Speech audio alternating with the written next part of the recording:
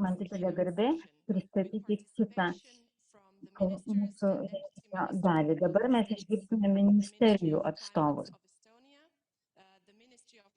Estijos Respublikos klimato ministras, Latvijos transporto ministras ir Lietuvos susisiekimo ministerijos atstovai. Pirmiausia, noriu pristatyti Kristin Michal, Estijos klimato ministrą. Dėkoju, gerbiami kolegos, ponia Trautmann, malonu Jūs matyti, organizatoriai, dalyviai, svečiai. Man labai malonu kreiptis į Jūs šiandieną. Rail Baltica yra vienas iš didžiausių infrastruktūros projektų mūsų regione. Jis yra svarbus tiek Baltijos valstybėms, tiek visai Rytų Europai. Jis turės nepaprastai didelę reikšmę mūsų ekonomikos vystymusi, verslams, užtikrins geresnį priėjimą prie nacionalinių rinkų. Iš kitos pusės, Rail Baltica turės didelę reikšmę ir klimato saugos sustiprinimui, tvarumo užtikrinimui. Šio projekto svarba yra labai aiškiai atspindėta ir naujoje saugumo situacijoje, kadangi tvarus sujungimas Baltijos valstybių su likusia Europa turi neginčijamą vertę.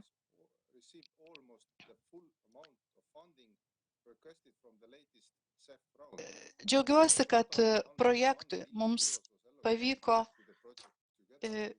gauti reikiamą finansavimą, kuris iš viso sudaro 2,3 milijardo eurų.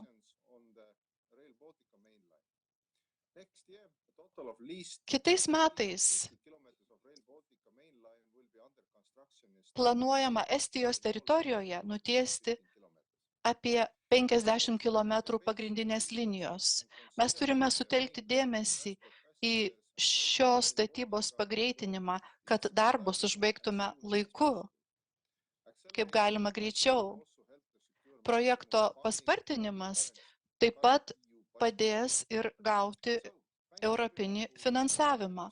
Noriu padėkoti visiems, kurie dalyvauja šiame renginyje šiandieną. Linkiu Jums sėkmingos konferencijos ir iš tikrųjų puikių diskusijų. Dėkoju.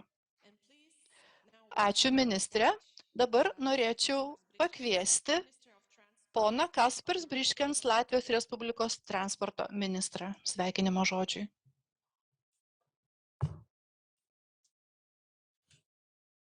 Good afternoon, Rail Baltica friends. Labą dieną, Rail Baltica draugai. Tai tikrai garbė man kreiptis į Jūs šiandien kaip transporto ministrui.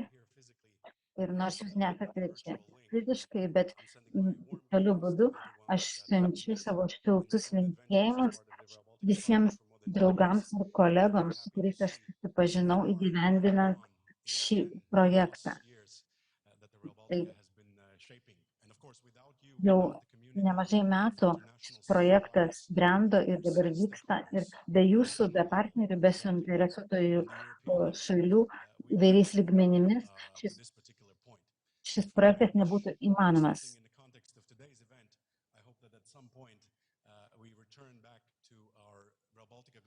Aš tikiuosi, kad kažkada mes galėsime suorganizuoti Baltijos forumą dideliu formatu su dalyviais ir aptarti įgyvendintą Rail Baltica projektą. Aš esu čia taip pat, kad dar kartą patvirtinčiau, kad Latvija yra įsipareigojusi šiam projektui ir tikrai netrūksta įsipareigojimo šiam projektui tiek šalies lygių, tiek ES lygių. Ir įvairios įmonės prisideda, dalyvauja, tiekėjai. ES palaiko šį projektą. Ir tikrai dėkojame ir Madam Trautmann. Madam Trautmann tai pasakė, patvirtindama ES įsipareigojimą. Tai Kažkada buvo tarptautinės mugės, kuriuose Rail Baltica buvo pristatomas kaip būsimas projektas. Per tą laiką daug tiekėjų, daug kolegų prisijungė prie šio projekto ir šiandien prie mūsų yra prisijungę mažiausiai 1000 žmonių ir iš tikrųjų tai yra ne vien tik tai Baltijos šalių projektas, nors ir vadinasi Rail Baltica. Tiesą sakant, jau yra tapęs europiniu projektu. Ir taip pat šis projektas sustiprins ir mūsų gynybos pajėgumus. Tai ne tik transporto projektas, bet taip pat projektas, kuris neša svarbų gynybinės logistikos komponentą. Kad įvairiomis transporto priemonėmis būtų galima reikalui esant susisiekti gynybiškai. Mano vizija, mano vertybės susijęs su projektu nepasikeitė, nepriklausomai nuo to, ar aš esu ministras ar nebūsiu ministras. Ir aš manau, kad Rail Baltica yra europinis projektas. Aš taip pat Baltijos šalių bendradarbiavimų šis projektas nebuvo lengvas, tačiau projektas parodė, kaip mes galime pasiekti tikslų kartu, jau einama į statybos etapą ir mums reikia, kad ir toliau šis projektas būtų palaikomas, kad ir tarptautiniu mastu. Mums reikia užtikrinti kokybišką projektą įgyvendinimą, jo intersaveikumą, jo saveikumą ir įvairius aspektus. Yra lengva užstrigti tam tikrose niuansuose ir smulkmenose, bet nereikia pamiršti to globalaus požiūrio, kad Rail Baltica sukurs naujas rinkas, atvers naujas rinkas, užtikrins didesnį mobilumą, užtikrins krovinių mobilumą, keleivių mobilumą. Tai bus daugiau negu tik Baltijos šalių projektas. Aš taip pat norėčiau pabrėžti, kad šiuo metu mums iškilęs iššūkis dėl to, kaip rasti tokią projekto apimtį, kurią mes galime įgyvendinti iki 20 metų. Yra daugelis dalykų, kurių negalima kiekybiškai ir kokybiškai įvertinti. Pagalvokite apie mūsų draugus Ukrainoje. Jeigu Rail Baltica jau funkcionuotų, tai ne tik mes turėtume geresnės logistikos galimybės, bet mes galėtume padėti Ukrainai daugiau, negu dabar padedame. Taigi mes suprantame, koks svarbus yra šis projektas. Taigi Rail Baltica svarba bus didesnė, daug didesnė, negu mes manėme pradžioj. Mes tikime, kad projektas bus didžiąja dalimi užbaigtas 2030 metais. Man yra svarbu, kad Latvijoje būtų vykdomi atitinkami projekto etapai, kad Ryga būtų integruota į projektą. Ir mes gauname finansavimą iš Europos komisijos, bet taip pat skiriamas ir nacionalinis finansavimas ir siekime pritraukti investuotojus. Ir baigdamas, norėčiau pasakyti, kad siųsti tą žinią, kad mes kalbame apie operacinę parengtį. Nes iš tikrųjų kartu turime planuoti operacinius etapus. Turime žiūrėti, kokie yra tiekėjai riedmenų tiekimo srityje, keleiviniai traukiniai, krovininiai traukiniai ir taip toliau ir taip toliau. Mes turime planuoti visus tolesnius projekto etapus ir galvoti apie būsimą keleivį, būsimą krovinių vežėją, investuotoją ir taip toliau, kaip jie gali prisidėti, dalyvauti šiame projekte. Taigi, tokia svajonė, kad tai būtų bendras projektas, linkiu visiems sėkmės ir toliau dirbkime kartu, siekdami, kad šis projektas kuo greičiau taptų realybę.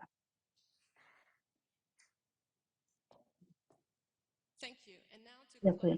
O dabar pagrindinių pranešimų sesiją užbaigs Lietuvos Respublikos susisiekimo viceministrė Loreta Maskoliūnienė. Prašau, Maskoliūnienė. Sveiki visi, labai malonu Jūs matyti, gerbiami ministrai, gerbiama Catherine. Aš džiaugiuosi, kad mūsų interesuotųjų ratas, kurie suinteresuoti šio projektu, auga sulig kiekvienais metais. Pirmiausia, aš norėčiau padėkoti jiems ir pasinaudoti šią galimybę, padėkoti visiems partneriams, visiems kolegoms prisidėjimą prie šio projekto įgyvendinimo. Šiais metais pirmą kartą Rail Baltica gavo iš Europos komisijos didžiausią Europos Sąjungos finansavimą,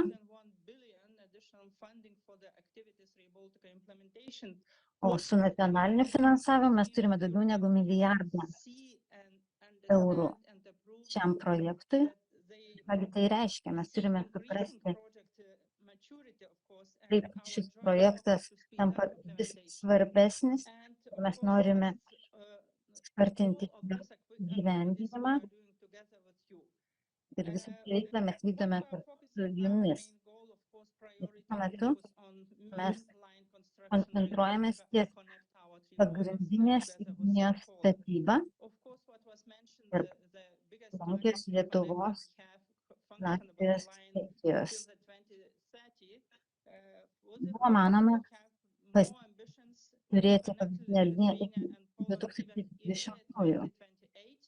Buvo manoma, kad galbūt Lietuvą su Lenkija sujungsime 2028-aisiais, bet bus matyti, kaip mums seksis įgyvendinti skirtingus projekto etapus. Aš norėčiau paraginti visus dalyvauti projekte, jungtis prie naujų projekto veiklų. Mes kalbėsime apie tai šiandien. Taip pat raginame Baltijos šalių įmonės, Europos Sąjungos įmonės, Europos įmonės. Mes matome vis daugiau suinteresuotų įmonių ir mes skatiname mūsų viešųjų pirkimų tarnybas taip pat aktyviau įsitraukti į šį projektą.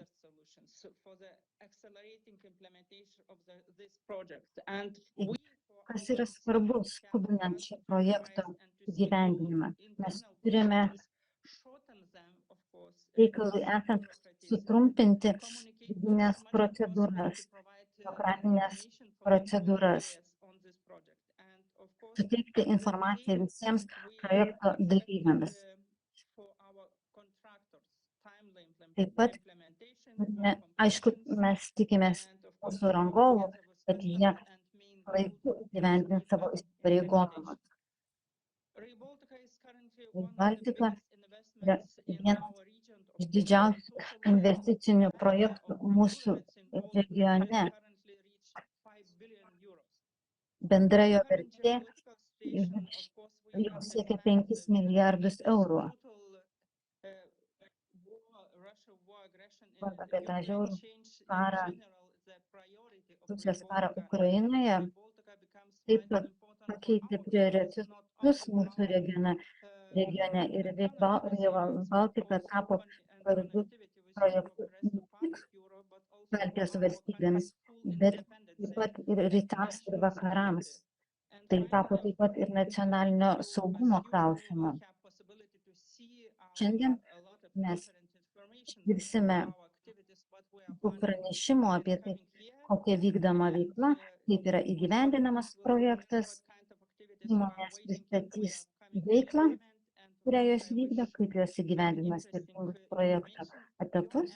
Ir aš linkiu jums įdomios dienos ir prašau, užduokite klausimus, būkite aktyvūs šiame renginyje. Ir aišku, mes norime užtikrinti, paskubinti Rail Baltica gyvendinimą ir dar kartą linkiu jums gerų diskusijų. Thank you. So while Dėkui. different